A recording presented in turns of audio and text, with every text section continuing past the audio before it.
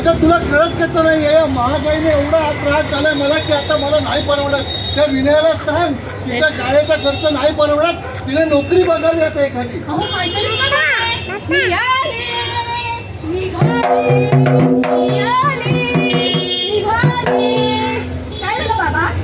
अगं बाई मी तुझ्या पाया पडतो, तुझं शिक्षण आता थांबव आणि नोकरी धंदा बघ एखादा.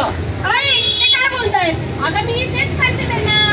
बाबा काय झालं, का असं बोलताय? अगं महागाई एवढी वाढवली, महागाई इतकी वाढली की मला नाही परवडत आहे, तुझं शिक्षण थांबव बघ.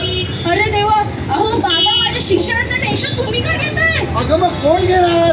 अहो बाबा आपल्या सरकारने काय केलं माहितीये? डिजिटल इंडिया, आत्मनिर्भर भारत अशा अनेक योजना सुरू केल्या आहेत, ज्याच्यामुळे माझ्यासारख्या तरुणांना व्यवसायाच्या अनेक संधी उपलब्ध होत आहेत.